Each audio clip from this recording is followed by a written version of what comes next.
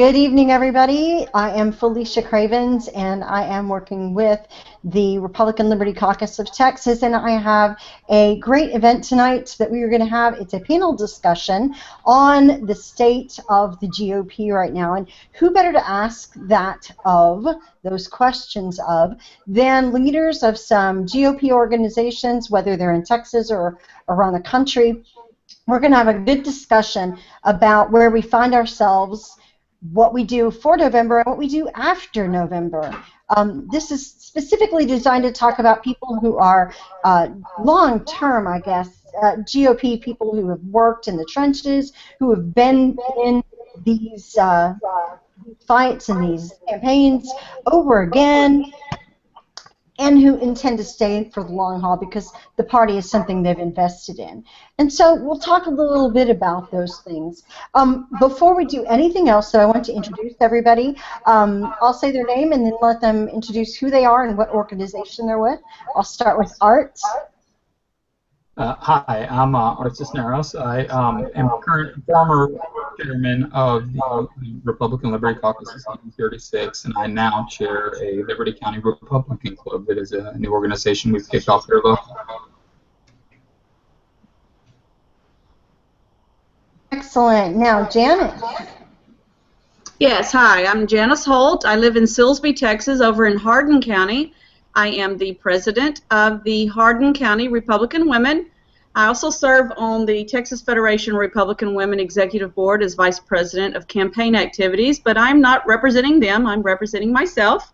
I also was a recent delegate to the Republican Convention in Ohio, and I was also a delegate to the Republican Convention in Tampa, too, as well. So I'm happy to be here. Oh, we're going to mine that for a lot of information. John. Hello, this is John Baucum with the Texas Young Republican Federation. I'm the chairman. I live in Houston, Texas. I've been an activist in the Republican Party since 2012 and local precinct chair, and happy to be part of this. And I really appreciate you getting us all together, Felicia. Some of my favorite people, I just got to say. Okay, Matt. My name is Matt Nye. I am the national chair of the Republican Liberty Caucus. I'm also the treasurer of the Republican Liberty Caucus of Florida and been active in politics since about 2007 now. I guess I got involved. So. Great. Jeff? Hey there. I am Jeff LeBlanc. I am the chairman of the Republican Liberty Caucus of Texas. I'm also a precinct chairman here in Dayton, Texas, which is the Liberty County Republican Party. And I am Felicia Cravens with Free Radical Network. That's where I usually hang out, and among us some other places. And I've been working with Jeff on some of the social media things for the RLC of Texas. So this is really an exciting thing to be doing right away, simply because at these times we have no experience that is similar to where we are right now. And I think a lot of people would enjoy walking through some of the issues that we're going to face. And I wanted to kick it off by stating kind of a principle that I have, and it's that you can learn just about anything from anybody or anything. You can learn something from anybody or anything that you come in contact with. So in order to really explore that, I want each of you, and I want to start with Jeff and move to Matt, and I'll call your names individually. What do you think that we're learning in this cycle? What lessons are you personally taking away, or that you know of other people that are taking away lessons too? Starting with Jeff. Well, I think the first thing that I'm learning personally is well, none of the old rules matter this go around. Everything has changed, and I'm learning that maybe possibly there's a new movement in the Republican Party. You know, I came in back in 08, and then shortly after Ron Paul was there, and we had that huge liberty wave coming in, and I think Trump is bringing another wave this go round, and I think as all of us can see, the rules clearly don't apply this cycle. Matt, did you have anything to add to that or something different? I do. Two things of note to me. One, you do eventually pay a price for not following through on your campaign promises. And so what I mean by that is, the Republicans were handed the House, they were handed the Senate. They all ran on platforms of, we're going to stop the spending, we're going to repeal Obamacare, so on and so forth. And of course, they've done none of those things. And so that's part of, I think, what's created this insatiable demand for change, no matter what, no matter who the instrument is. And the other takeaway, I think, is that how starved the country was in general for someone who would speak directly, who was not politically correct. I mean, I think that's one of the current Republican nominee's greatest appeals, is the fact that he speaks very plainly and he doesn't get wrapped around the axle on political correctness. And so I think those are things that validate, in my mind, some of the things that we've been trying to, pursue on the Republican Liberty Caucus side. So that's an interesting perspective. I definitely want to come back to that. Let's go to John. John, what do you think that your lessons or your takeaways are from this cycle? Yeah, well, I think one thing we're seeing is a huge amount of frustration from voters all across the political spectrum, whether those are, your Tea Partiers or your Donald Trump supporters or your Bernie Sanders supporters. There's a huge undercurrent of frustration, and I think to hit on something Matt said, is really distrust of the establishment politicians. So, the Republican Party has been fractured for quite a while, but hopefully, or maybe not hopefully, but potentially after this election and the aftermath following that, will potentially redefine the GOP for perhaps the next generation or several to come. So it'll be interesting to see where we go from here, and what the fallout is. Well, the redefining is definitely going to be engaged in by people on this particular Hangout. So, yeah, I hope that you're right. So let's move to Janis. Janis, tell me what you're thinking, what you're hearing, what's kind of different for you about this one. Well, I'm coming at it from a different angle because I'm not part of the Liberty Caucus, although I do follow and participate in some of the events and welcome some of the local, Jeff and Art, and we've participated in some events over here as well as over in their county. But I do agree with what Matt said. We're in a time of disappointment, and I think as I have gone along over the last few months, and as we went through this election cycle, this primary cycle, and we saw one candidate after another of traditional type Republicans, whether they be on the Liberty side of it or whether they were on on an establishment side, as they began to fall off, and we ended up with our current nominee, Mr. Trump. It does send a message that that the current people that are there, that we elected into the House and into the Senate, have not fulfilled their responsibilities in a way that we thought. And just because we're in an establishment, I feel like, and I hate that term because it really doesn't describe me, but I get described that way a lot because I work within the party structure a lot. But we're just as disappointed because we had hopes in those candidates also, whether they were wherever they came from on the spectrum, and we just were not able to see that happen. We weren't able to see the fulfillment of some of those promises, those campaign promises, and like Matt said, and so now the frustration has come up, and we are here with Donald Trump now. There's a few things that I saw also, and I would like to get everyone's opinion on, is the open primary concept here in Texas, because we know that a lot of the voters here in Texas were just crossover voters because they don't like Hillary. That's for sure. There's a lot of distrust and a lot of anger with her, and so they came over and they voted for Donald Trump because they saw him as the other outsider, or as the outsider in this race. And So I would like to see a more closed primary process, because I do not believe that Republicans were allowed to elect our candidate. And so I'd like to hear everyone else's opinion on that. Well, I definitely want to come back to that. Oh, whoa. Sure. But let's finish with Art, and then Temo. Temo, I will let Temo do his introduction as well. Let's see, Art, what do you think that you're taking away from this cycle? Well, okay, I would agree with everything with what Matt, well, what everybody has said so far. I think one of the big things is that Trump broke a lot of the models. He broke the projections. He broke a lot of the rules, and so I suspect that that's going to change the way we see, especially presidential politics, run from now. We're going to see a lot more of breaking of the rules. Now, he did a lot of things that are not traditionally how you run campaigns, and so in many ways it's going to change what we see from here forward. I think you also see Trump is such a big personality that is very much personality driven, and he has this persona of it's about him more so than I think even what he stands for. It's about this huge persona of Trump and all that means. You're also going to see, I think, a lot more of we're going to vote according to our principles.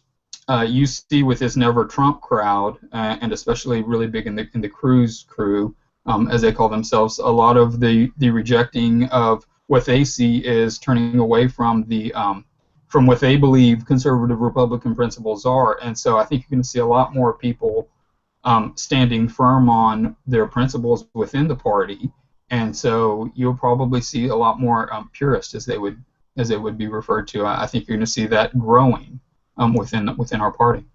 Right. I think I've read several articles that have indicated that from a different perspective. I bet you're right. So, Temo, I want everybody to say hello. We've got Temo with us finally. Sorry, he was just a couple minutes late, and we started on time. But Temo, tell us who you are and what organization you're with, whether or not you're representing them. I just want to make sure people know who you are, and then what you think that we're learning from this cycle. Oh, you gotta unmute. There's a little toggle up top, and either you gotta unmute or find the microphone. All right, can you hear me now? Gotcha. All right, am I in? Yeah, sorry. Every time I talk, it echoes through yours. So whenever you're not talking, make sure you hit that mute. But go ahead and introduce yourself. Well, hi, my name is Artemio Muniz, and I serve as the chairman of the Federation of Hispanic Republicans. Just like the Federation of Republican Women, we're an auxiliary of the Republican Party of Texas. Thank you for having me here today. What I've learned for this cycle is I'm a classical liberal conservative, and I think anybody who's of like mindset, if you're a Milton Friedman fan, if you're a Hayek fan, you're feeling pretty low like I am right now. Really, I thought the compassionate conservative Big Ten approach to republicanism was sort of the mainstream, but now I'm realizing that a lot of people within our own party have lost faith in that movement, and I think we need to bring it back, and it's going to really take a lot of hard work to bring that back. So really, that whole winning approach, I believe it's the winning way. I think we've lost it, and so in a sense, I'm sort of down right now, but I do see a lot of people within the Republican Party looking at the current state of the party and getting fired up and building for the future. So that's a good thing. Also, I think what I've learned is we don't have patience. I look at the left, and I look at the statists, and I look at the socialist big government guys, and they've been planning this for years, for generations. They're very patient. They play small ball. And we become very impatient, and we want to have change now, tomorrow. And I think we have to find a way to convince voters that, look, change will come, but it's going to take generations to undo a lot of the actions they've taken through the federal agencies, through our education system, through the institutions of society. So one thing I've learned that with what I'm looking at now with the Trump movement is a lot of people are impatient, and they're pushing to the extreme because they want change right now. And really, the only way we're going to win hearts and minds is we got to play small ball, be patient, and have like a 12-step program right for our country. You know, it's funny that you say that, Temo, because I was thinking just the other day, I met Temo in 2008, right after the election in November, and we met through an online group and just found out we were in the same area, and we have been working in and out of causes and the same thing for 8 years now, almost exactly 8 years that we've been having these discussions and conversations. There is nothing fast track about that, is there? Yeah, 8 years. We've been working hard since way back then. I think we even brought that up back then. We talked about rebuilding the party and grassroots, and I think we've kept our own word in a sense. But one thing I've noticed is that a lot of people who started with us have sort of fallen away, and also, you know, the concept of grassroots, I think it still hasn't really caught on. There are a lot of people who do grassroots within the party. There's intra-party grassroots where they want to control the vehicle of the party, but real grassroots as to growing the base, winning hearts and minds of new voters, going out there and winning new communities or new demographics. I haven't really seen that from the RNC or from at any level, and we're still trying to preach that. So, you know, maybe it's going to take a loss until we learn our lesson. Usually, unfortunately, sometimes out of destruction comes new life. So, I'm trying to be hopeful here, but the reality is we really need to embrace the idea of building a new voter base. Well, okay, good. I'm glad you said that because that segues into the next thing I wanted us to talk about. Traditionally, the model for getting out the vote in Republican circles has been sort of this ever since the early 2000s, ever since the late 1990s. This Karl Rove model, this micro-targeting model that picks, you know, skip a street, go here, skip that district, go to that one, and it's all about identifying the reddest people in the reddest spots and bringing those, and it's sort of built this our team versus their team, and if we just get enough of our guys out, then we'll win, and other people will no, if we just get enough of our guys out, we'll win. There's a whole lot of that, and I think that as we do more of that, the middle has started to grow, and the edges have started to shrink. And so we've got people on the left end of the spectrum and the right end of the spectrum that are tightening, talking about those purity tests or, you know, litmus tests we talked about earlier. Those groups are tightening, but then you have this vast middle swath that typically goes ignored until 12 weeks before the general election.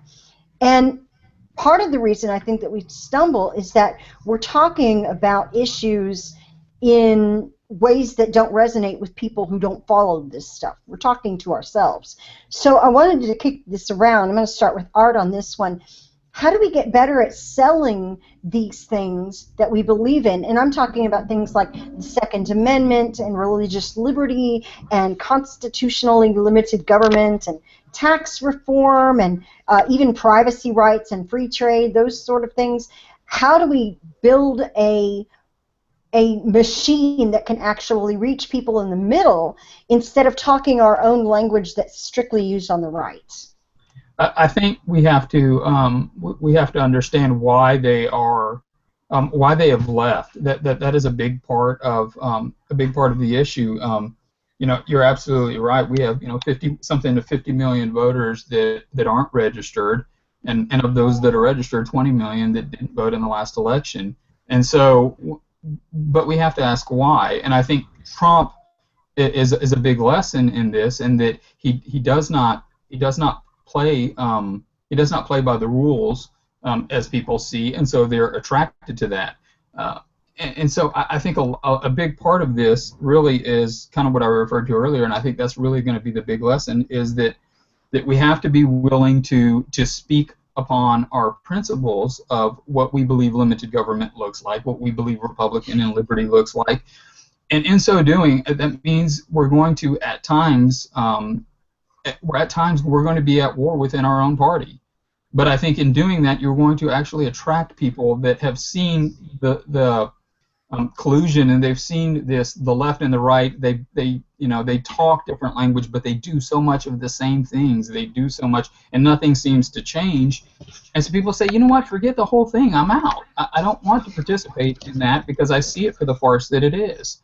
And so I think more of this push of purity, this push of our principles, this push of doing what is right and fighting for it, and often it does mean, especially for us in the liberty movement, being the bad guys within our party, being willing to call them out and stand upon principles. I think this is what actually what we need to do to attract those people that are on the outside, that they've stepped away because they see the compromise and they see it for the joke that it is. And so I think being more principled, being true, being firm, and being willing to be called out is how we actually attract those people. I'm sure everybody in here, and most of the people probably listening, have worked on campaigns. They've block walked, they've called, they've done things because these are the activists that are participating now. Everybody else is watching the Olympics or doing something else. They've tuned out because they don't care anymore, because they see that it doesn't make any difference. And to a large degree, they're right. And so I think standing on our principles is really is how we attract them, and letting them know that we're willing to call our own out when it's necessary. Right. I want to go to John on that too. John, I want you to follow up on that. I know you've been in the trenches a long time as well, and that we've had these discussions together about selling the ideas that we believe in. Yeah, definitely. I think, to be honest, I think we really have to simplify the message. So many times when we approach voters that aren't necessarily as in tune with the current state of politics in Texas or at the federal level as us that are, involved at the grassroots level and kind of eat, sleep, and drinking it every single day, I think we overwhelm them, potentially confuse them by pushing too much information at once. So I think we really have to rein that in and say, what are the core fundamental roles of government? What can we do locally to change that and have an impact? I think Americans for Prosperity, AFP, is a great example of how to do it correctly. On a recent block walk with them, we were out talking to homeowners about property taxes and education. So in the neighborhood we were walking, a lot of young families, a growing area that's increasing in property values, which is increasing their property tax. And so those issues affected all of those voters. And when you say, do you think your taxes are too high? 99% of them are going to say yes. And do you think your child's education is too poor? You don't have enough choice or enough options or enough control? The answer then, again, 9 out of 10 times is going to be yes. So I think when we really focus on the most impactful issues, being taxes is obviously one of those. Individual liberty would be another one that's popular with the liberty movement, but I don't know that it's as popular, especially in this environment where there's so much fear propagated, that might not be the best selling message. But I think definitely on the economics, we should always be winning, but so often we let the left sort of redefine the message or control the conversation, and we're not hitting the voters at the appropriate level. Matt, pick it up from there. How's this resonating with what you're doing? Well, it's funny because John just hit the nail on the head on a couple of things I was going to hit on. These are, at least in regards to the economic things, these are pretty complex issues, and they have to be boiled down or concretized, in such a fashion that like you say, the man on the street that is not into economics and not into politics can grasp what you're saying. And so the examples he gave about specifically asking, do you think your taxes are too high, and those types of things are perfect. That's one of the reasons I think the Tea Party message resonated so dramatically, was because if you go back to Rick Santelli's rant on MSNBC or whatever it was, CNBC, whatever it was on, the whole thing was, do you think you should have to pay for your neighbor's mortgage? Your neighbor can't pay his mortgage. Do you think you're obligated to pay that? And the answer was clearly no. You heard all the guys in the background in the trading room screaming, hell no. And so that's a pretty simple concept. No, I shouldn't have to pay for the other guy's failure. And that's why, and even the other aspect of the Tea Party, when they use the acronym taxed enough already, again, very concrete, very simple. We're overtaxed. 80% of Americans agree with that, probably. It's when you start throwing in all the extra stuff that it gets complicated and your message gets diluted and you start peeling off and losing people. So, those are difficult things to do, at least in terms of trying to boil down some of these economic lessons to make it appeal to the average voter. So, Jeff? So I want to follow along. I want to go to your original question, which was how we were targeting and how we were winning, and we were very micro targeting of very hard red areas or hard right areas. I have an issue with that because you do have this huge middle ground that you mentioned of people that vote that don't neatly fit into that, and we're not reaching them with our message. Everyone else has been correct that the message has to be very simple, very concise on subjects that we all can agree on. But at the same time, if we continue just hitting our own, that's why we lose general elections, because we run so far to the right in that primary that when we get to a general, nobody in the middle wants anything to do. Right. Temo picked that up because Temo and I, again, have had that question a lot. What is the difference between not just how you say things, but to whom you are saying them? I can tell you from experience, 2014, I ran a race as a campaign manager, a strategist in a House district here in Pasadena, Texas, 75% Hispanic, with an incumbent who had $250,000. We only had $13,000, and we were able to win that race. It was called the Shocker of the Night by Texas Tribune. What I learned from that was a lot of the Republican PACs and pollsters and consultants, they had that race in the 30s, and we believe we could win that race. Now, that was because I've done grassroots in the Hispanic community, and I understood that you could not use traditional polling methods with the Hispanic community. So I guess you could say is you're right. There are other ways of winning. There are other ways of targeting and getting out the vote. One thing I can tell you just that applies to everybody is that the Democrats have changed their way of doing get out the vote. What they focus on is relationship building year in, year out, 24/7, 365. And Republicans tend to have what we call strike force teams or get out the vote teams, where we will show up the last 2 days or 3 days and try to get people out to the polls. And really, at the end of the day, I think the relationship building model works even better because you're in the community. People know who you are. You learn their first name. You know who the kids are at. You repeatedly come to their house, and by the time it's time to vote, you have a relationship. When you're at the polls passing out sample ballots, people know who you are. They trust you. You have credibility. You're authentic. That's way more powerful than the get out the vote model. So I think in the end, one of the things I would say is we really have to transition from a get out the vote, micro-targeting movement to a relationship building movement. And that means we have to go to areas that we've never been before. Well, Janis, I want you to pick up on this one too, because as a Republican woman, you have, I mean, we know Republican women have carried so much freight for the GOP over the years. It's just part of the backbone of the GOP. Tell us how that's been working out for you in terms of messaging, but also in terms of outreach. Well, I was going to say that Temo there took my answer. He took exactly what I was going to say. Because it is all about relationships, and you know, it's just like, you know, all of us have just started, well, not just started, but we've been getting emails and phone calls wanting what? Money. And it hits us right here because they're, you know, over the last few months and on the way up to the general election, and some of these people you haven't heard from in 2 years, 4 years, 6 years, or whatever the term is. So he is so right about these relationships, and you have to start with getting into the communities, taking care to look and see what is it that's important to them, and it's not just Hispanics, it's not just the black population, it's all populations, all demographics, and I hate using cliches, but it's the whole. You know, they don't care what you do until you know what they care about, or whatever that little cliche is. You know, we have to work with them and show them that we care about what's important to them, their kids, their communities, and that goes. You know, I'm over here in Silsbee. That you know, we don't have a huge Hispanic population. We have a small black population, but it doesn't matter. It's whatever is in your community to reach out to those people.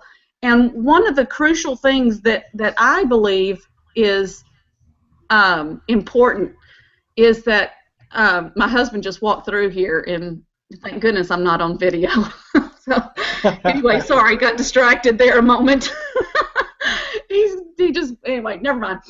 So anyway, one of the things that I think is important is that we have to. I'm in the process of taking the Republican platform and comparing it with the Democrat platform, and breaking it down and comparing it to say, okay, you know, in this issue, Republicans believe this, and Democrats believe this. And then when you've got it down into bullet points, and it's that whole KISS model of keeping it simple, stupid, so that, you know, that you can share it with people on a postcard or on a flyer or on a push card of some sort. So when you're out and about in your community doing whatever you're doing, whether it's at church, whether it's at the grocery store, whether it's at school or work or wherever you are in your community, when you see somebody and you strike up conversations and you're building those relationships, you can share with them what it is that, you know, what it is that you believe,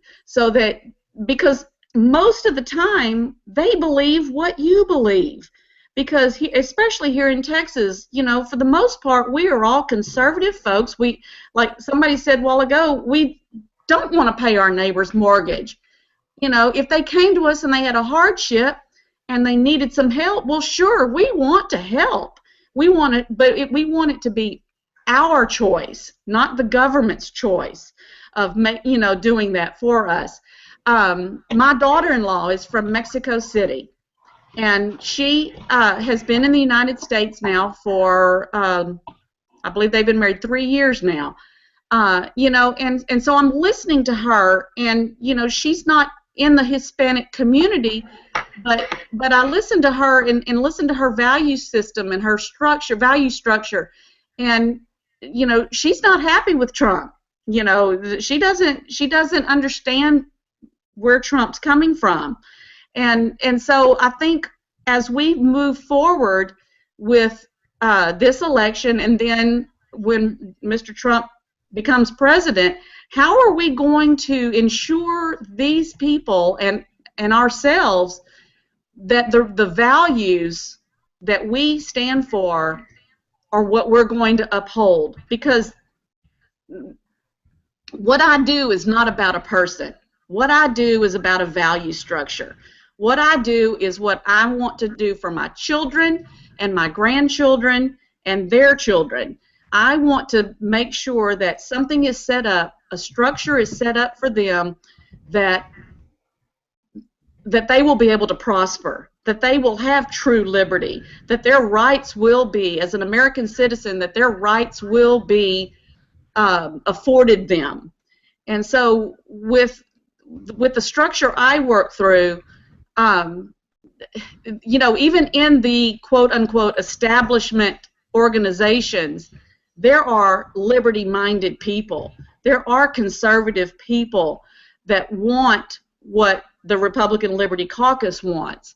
You know, and so it's all of us working together to reach out to these communities, and he's exactly right. It's about building relationships year-round, day in and day out, working with, you know, with these people in all walks of life, in order to share with them what we believe, so that they can understand that what they've been fed and what they've been told is not what they believe. And that's a long process. It is.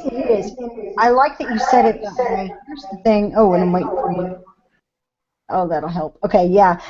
The thing that I've been saying to people for a lot of years is that we do, as, say, those who are Christians that are serving in churches that have mission focus, they don't send people out into the mission field without training first. But we expect people up and down the GOP organizations to go out and spread the gospel of conservatism and liberty and whatever without training them in what to say, how to relate to people, how and when just to shut up and listen to someone, so that you can explore a place to connect with them. And I bring that up because I want to talk about poverty really quickly. I have been on the welfare system as a young mother. I went through that whole thing. I know that the system is set up to keep a person in it instead of help get them out of it. And I know that there are politicians like Paul Ryan who have been working with plans to improve the system, to make it one that helps people out of poverty, that we've had all the talk about jobs, linking jobs to welfare and things like that. I want you guys to think for a second, what do we say to people if we're talking about, we don't want taxes and we don't want all these other things? How do we explain to people, say, who are poor, who believe just about everything we do, but who've been hit by this economy really hard, maybe for the first time they've had to be on unemployment, or maybe their family member, one of their family members has had to go on food stamps or something like that? What do we say to people like that when we talk about tax cuts and spending and whatever, and they just hear, they don't care about me? Let's start that one off with Matt. I really want to get the perspective of that one first, starting with Matt and then Jeff. Well, you picked a tough topic and the wrong guy probably to lead off with. So I definitely fall into the hardcore libertarian mindset of I don't believe in having a social safety net. I think that if the government weren't taking so much in the form of taxes, that the private charities would be much more able to step up. Your churches and other people would have so many more resources to work with that it wouldn't be necessary. And again, this goes back to what I said earlier. It's very hard to, that conclusion that I have arrived at has come from years of reading and study and understanding, economics. And again, like you said, the average person that's on the street just trying to, do their job and make a living for their family is probably not going to have read all those, von Mises and Hayek books and all that. So it is tough to come off, but I don't know, how else you tackle that. I mean, that's if you accept the premise. I mean, this goes back to, again, what we're seeing from Trump on various issues, and not just Trump, actually, any of the Republicans going back for years and years and years, is once you accept the premise, now you're just haggling over how much. If we accept the premise that there should be welfare, there should be food stamps, now it's just a question of, okay, well, how much should there be and how long should people be on it? And actually, let me read you, I had pulled earlier when we were talking, these are some really great quotes from Ayn Rand on compromise, and it applies perfectly in this situation. In any conflict between two men or two groups who hold the same basic principles, it is the more consistent who wins. And this is the key one here in regards to what I just said. In any collaboration between two men or groups who hold different basic principles, it is the more evil or irrational who wins. So by compromise, by moving away from that very libertarian free market position of, hey, there shouldn't be, the government should not be in that business, as soon as you accept that premise, you have pretty much guaranteed that you're going all the way over to the other side at some point, and that's kind of where we're getting to, at least on the Democratic Party side. And then the last one is when opposite basic principles are clearly and openly defined, it works to the advantage of the rational side. When they are not clearly defined but are hidden or evaded, it works to the advantage of the irrational side. Now, who does that sound like to you, that last one? The Democrats, they're masters of, evading or hiding the actual issue at hand. So anyway, sorry to sound like the jerk on the panel, but that's where I'm coming from. No, and I want to say this much in addressing that, and then we'll go back to Jeff, is that you have a lot of people who've been tanked by this administration and the actions of this administration. And so while I get where you are coming from in a principled manner, I think that being able to think about, especially people who are hurting and who feel that things have been done to them just by virtue of the changes in the economy over the last 8 years, I think we need to listen to them. We may not do the things that the left wants to do, but we definitely have to listen, I think. Jeff, you go from here. Yeah, I'm going to probably kind of follow along with Matt. I don't know that I'm the best person to answer this because I do fall very much in line with his line of thought, and that is that the private sector handles this far better than government ever will be able to or has. I already give of my time and of my money to charitable acts, and I can choose those. Imagine if I had even more money to do that. I would do it. I don't believe that we are inherently evil, and no one would help anyone who needs a hand. So that's me. Are there bad people in the world? Of course, there's bad actors in the world. They're there whether you have government or not. So from a libertarian standpoint, I just believe that this is probably served best by a lot less government being involved in this and letting the private sector come back. I mean, we have practically, when it comes to medical and other issues, we've practically run the churches out of doing any charity anymore. You know, we used to have Catholic hospitals and stuff. Now we have state charity hospitals, and I get that, but we're pushing private individuals out of the charity market, and I think that's a problem. So that's kind of my view on it. Yeah, this is John. I'd like to jump in for a second. Philosophically, I completely agree with Matt and Jeff, but I think we're so deeply entrenched in our current system that it would be difficult to upend the welfare state all at once. And if we want to remove that public safety net and have the public, support that change, then I think we have to work to replace that with some sort of private safety net. Ron Paul famously in 2012 presented a budget that cut $1 trillion from the federal budget without completely dismantling the welfare state. So kind of getting back to a point Temo made, and Jeff touched on it as well, is in order to change the culture on this issue, you really have to be out in these communities, helping our neighbors, putting service before self, and leading by an example to show that government isn't the solution. Private enterprise is going to be the solution through groups like the Houston Food Bank, which is a private entity, or through neighbors helping neighbors and communities helping communities. So we've got a lot of work to do, but I think it starts, getting out of the community, talking to people about what are their problems, what are their, barriers to getting past their level of poverty, and how can our network assist them in making the situation better without having to rely on government.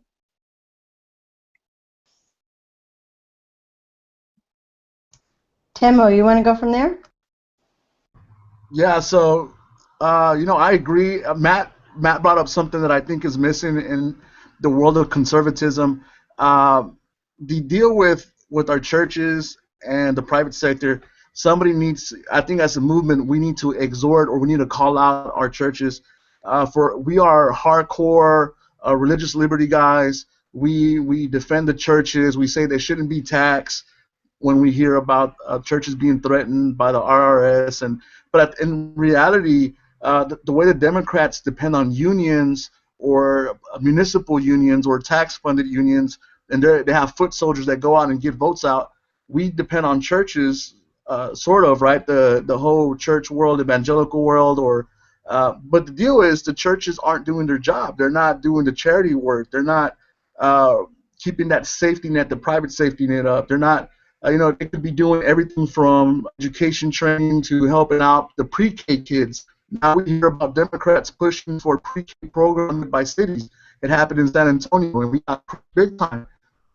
I think we need to start calling out our faith leaders, and if they want to go ahead and have ministries, have people attend churches and get millions of dollars, they need to start stepping up in the community, because I believe the churches have lost their mission and they've given it over to the government. I think that's one thing we can do to fight poverty.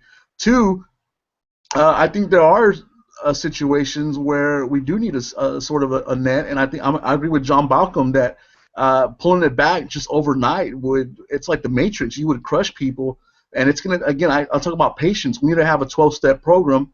And a lot of conservatives themselves, look at the Trump guys, or they don't want to lose entitlements. They don't want to lose that safety net themselves. And I think we would run into serious opposition. You look at someone like Paul Ryan, who had this road to recovery plan, and nobody wanted to sign on to it. Not even the Tea Party guys wanted to sign on to it because politically it was dangerous. So I think we have a lot of education. We have a lot of I think we need a reality check within our own movement as well. I quit smoking over a year ago, but I didn't go cold turkey. I'm just saying, I'm right there with you. Janis. Yes.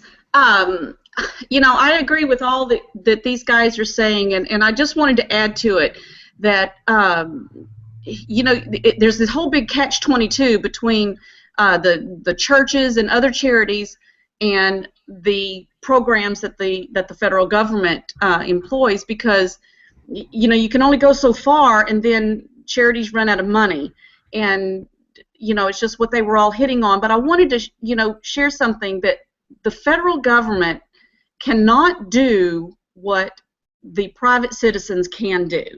They never have been able to do it effectively. For instance, we have had this instance of these kids coming across the border. You remember all of this a year or so ago when there were, you know, thousands and thousands of kids coming across the border, and they didn't know what to do with them. They were coming. These parents were selling their children, boys and girls, and they were coming across the border in Texas and Arizona and New Mexico and all across.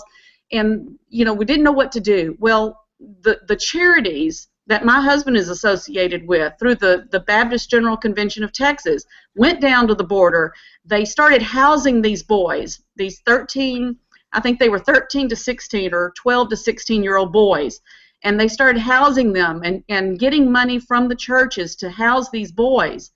And through this, they've had in a year and a half, they've had over 3,000 of these boys accept Christ through this program, and they're housing them, and then they're moving them on into homes that are being adopted. They're moving them into programs, federal programs, but they stepped up because there was no transition, and now they're doing it with the girls, and so they're saving lives physically as well as spiritually.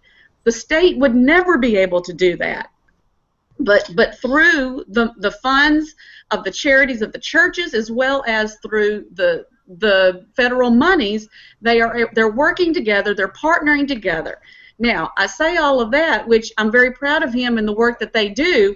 But what they're able to do through that is what Temo was saying, was build those relationships. And these are young adults who are coming into our country. They don't know anything about our liberty. They don't know anything about our our whole system of government and what freedom they have here. They come from countries all across South America and Middle America, and they're coming in, and they don't understand any of it, but we're able to help them understand, and we have a leg up because we saved their physical bodies.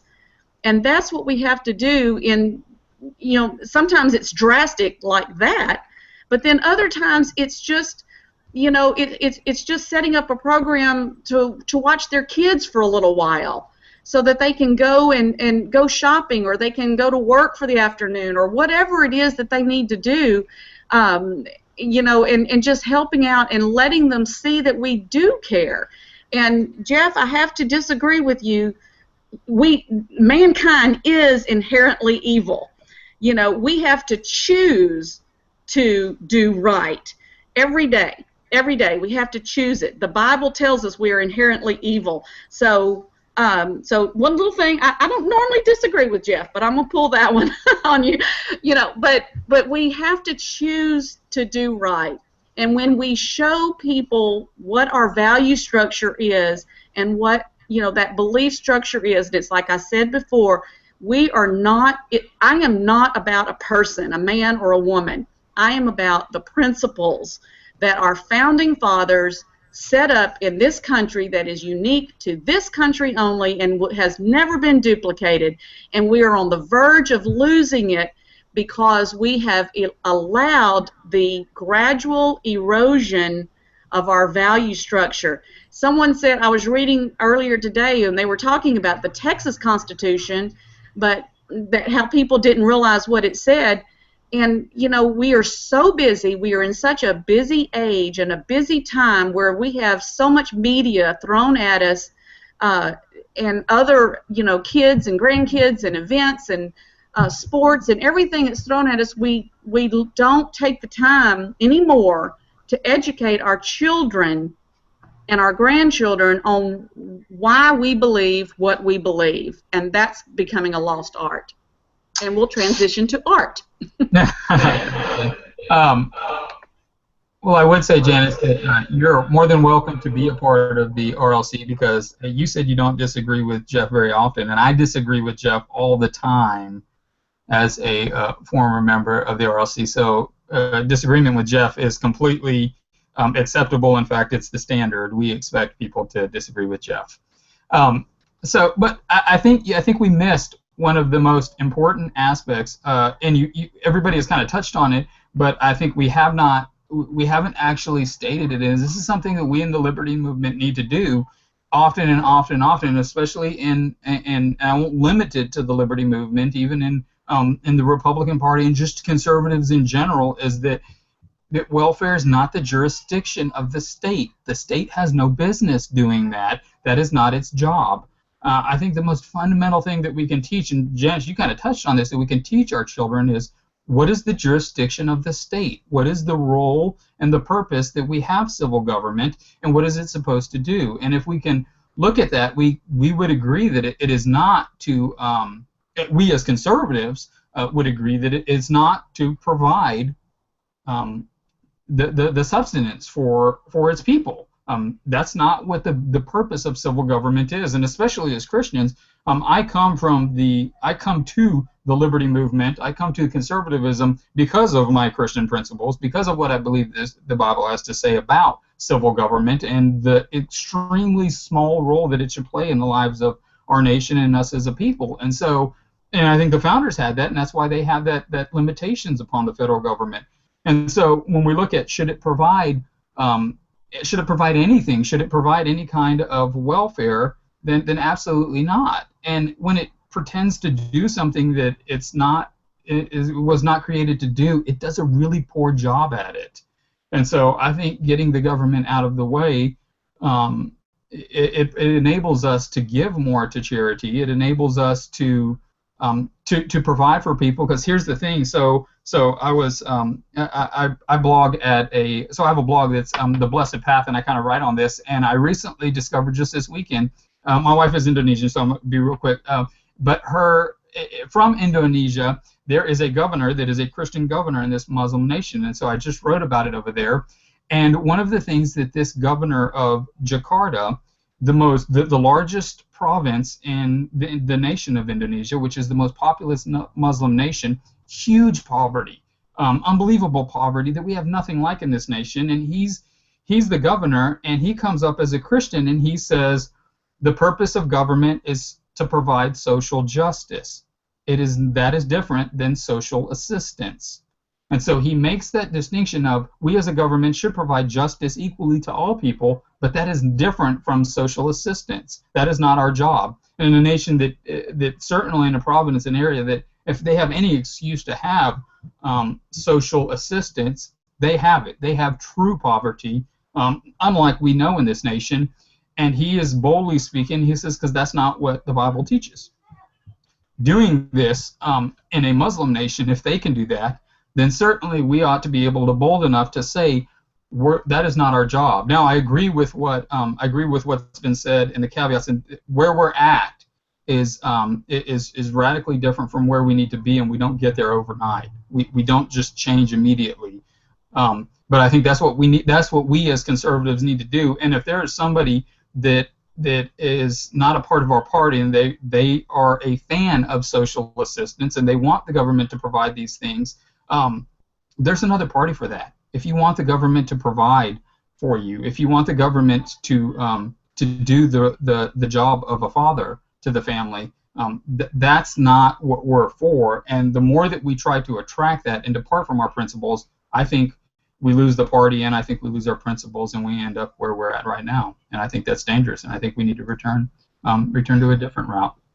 I love the language that Arthur Brooks uses about this, and I think it's in The Conservative Heart. He's the head of the American Enterprise Institute. He says when we treat people as though they are assets that are able to be developed rather than liabilities that we have to manage, that it works out better for everybody. And I think if we look at it that way, we can see a trajectory to move people toward being developed, toward being assets and people that are have positive things to give instead of looking at them as liabilities and enemies and people trying to just take my stuff.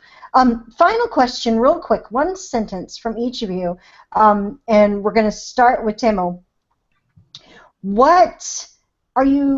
One sentence, what do you see that maybe we're underplaying or not talking about enough in conservative, Republican, liberty circles? Right now, I have to say with the Trump era is the one sentence, the complete destruction of Hispanic engagement within the conservative movement that W. Bush built. It's gone, and I'm worried. That's my one sentence. Okay, then Jeff, then John.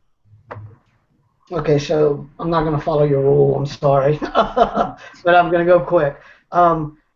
First, I think we need more interfaction cooperation. That's very big for me, and I know Art was joking about me earlier in RLC, but in reality, for me, it's very important that we learn to work together. We can't have these pure statements of not associating with the establishment, and we're not going to associate with the Tea Party group. I think if the message is right, and it has been here for us here locally, I think Art will agree. If it's right, then you can work with all those other factions and get things accomplished. And I think that's very important that we start doing on a grassroots level, which would encompass everybody. So I think we need to work together better in the factions.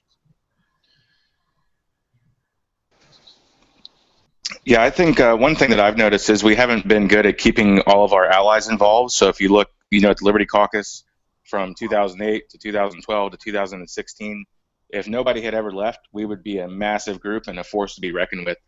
But we're constantly, people are dropping out because they're frustrated or they don't like the candidate at the top of the ticket. And a few of us, the folks on this call have really stayed in it for the long haul. So I think somehow we have to show our peers how important it is to stay, that we're not going to have overnight success, and this is a long fight, and you've got to be in it to win it. I agree with that too as well. We are at a time where we do have to pull together. That's why I make a concerted effort to be open to groups all across the spectrum. I listen in, I phone in, I try to do things where I can hear other perspectives because, I tend to think my views are the right views, but there sometimes they can be tweaked, and there are some things that I can learn from other people. It's the whole thing of bridging the gap is what I ran on when I ran for office with the Texas Federation of Republican Women, was bridging the gap between, at the time it was older members who wanted to do things a certain way and younger members who wanted to do things newer ways, and bridging that gap to say yes, we can do both. And so I like what Jeff said, and you're right, Art, I don't really always agree with him, but this time I did. Was that sometimes we do have to compromise a little bit so that we can get our goals done and back off a little bit. And if everyone would do that, I think we could get more accomplished and we could get more of our candidates elected in a general election. It's funny, John said something about, like you say, if everybody that had walked away had stayed, we would be, a very powerful group at this point, and it's so true. So 2 quick points. One, I think it's imperative that we understand this is a long-term, I've only been doing this for 8 years, and I know some of you have been doing it for longer than that, so clearly it's a long-term battle. But what I was going to say in terms of what we should focus on, or what we focus on too little, are the positive aspects of the things that we're promoting. We're always hammering away at the negative, which is easy to do because there's so much negative, but we don't focus on the positive aspects of, individual liberty, capitalism, free markets, entrepreneurship. There are so many things where, again, going back to that first question about messaging and how can we, boil it down for the masses. Well, hey, wouldn't you like to have your own business? Do you know somebody that seems really happy to you that runs their own business? Those types of things. where we focus on the positives and you know, and then explicitly say, okay, well, we're definitely not going to get there if the government's taking care of everything for you. So. Yeah, the thing that I would add to that, and I agree with what everybody has said so far. The last thing I think that we need to do that would be extremely helpful is we need to think in terms of not just what is the good for a specific group of people. In other words, what I mean by that is don't just. I think I see a lot of us tending to think, well, what is the right move for the Liberty movement? Or if you're on a campaign, what is the right move for the campaign? Or even bigger, what is the right move for the Republican Party right now? I work on the premise of what is the right thing to do right now. I'm in this party. I'm in this movement. I'm in whatever group I'm a part of because I believe on this particular issue at this particular time, it's the right thing to do. So I say we fight for what is the right thing to do. We fight for our principles, and if the party changes, and if we don't win people, and if we don't attract certain people, I think we'll attract other people that we're not expecting to. And I think to some degree, there's the reverse effect of that with Trump, and I think we need to do it more in a more conservative, more principled manner. Your lips to God's ears, Arts. So real quick, we're just going to run in reverse order from the way that you just spoke. Tell everybody who you are again, what organization, how they can find you, real quick, and then we will wrap it up. Okay, I guess that means me first. Art Sisneros. So I'm involved in so many things it's hard to keep track of. But there's my recent adventures are the Liberty County Republican Club.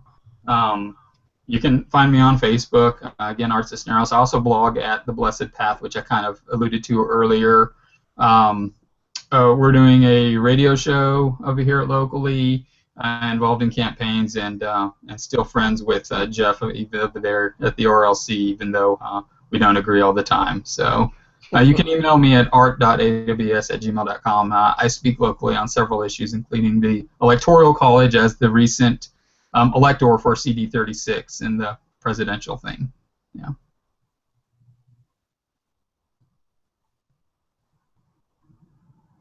Sorry, had my mic muted there. So I'm Matt Nye, chairman for the National Republican Liberty Caucus. You can visit our website at www.rlc.org, and you can follow me on Twitter at Matthew D. Nye. That's MATTHEW, D as in Daniel, Nye, N-Y-E.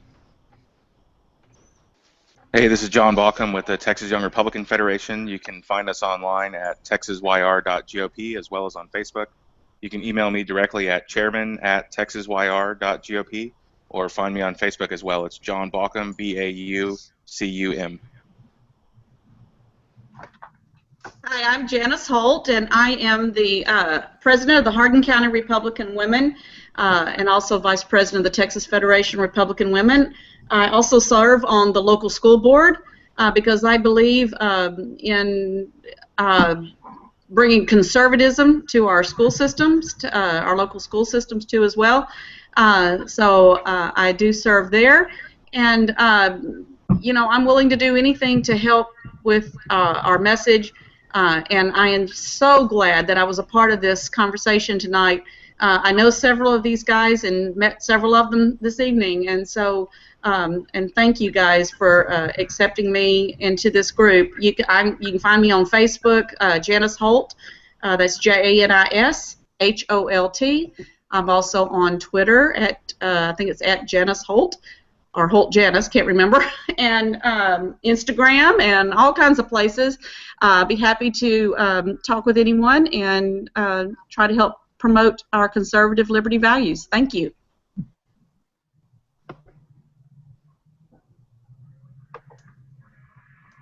I guess it's me, right?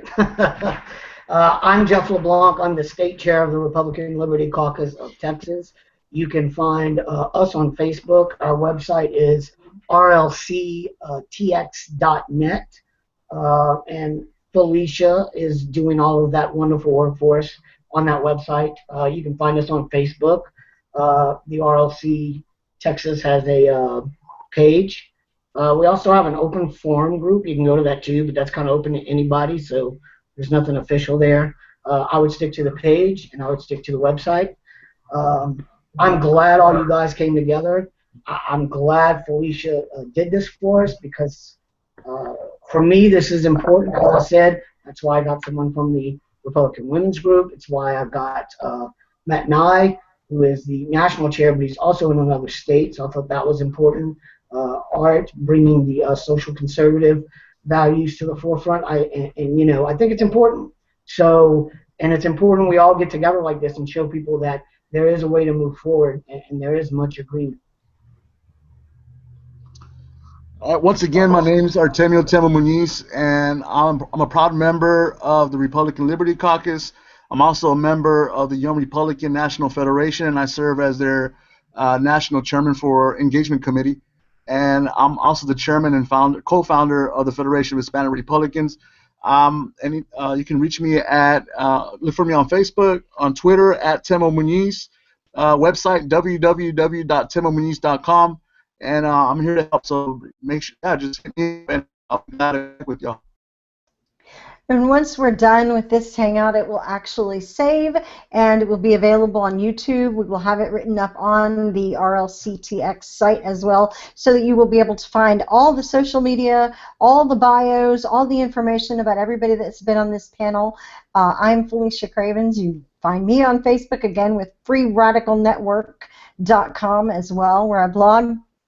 It's at Something Fishy with an IE, not a Y, on Twitter. And we will close tonight. Thank you, everybody, so much for being here. I appreciate that we've had a great discussion, and I think really I've come away a lot more hopeful, I think, that all of us in various roles that we have are still going to be here after November and beyond. And you guys really make me feel like I've, felt I plugged into a part of a team that will help going forward, that's looking forward in a positive way. And I just wanted to thank you all for your contributions to that, both in what you do and here tonight. Thanks so much, everybody, for joining us. We'll see you another time. Thanks. Thank you.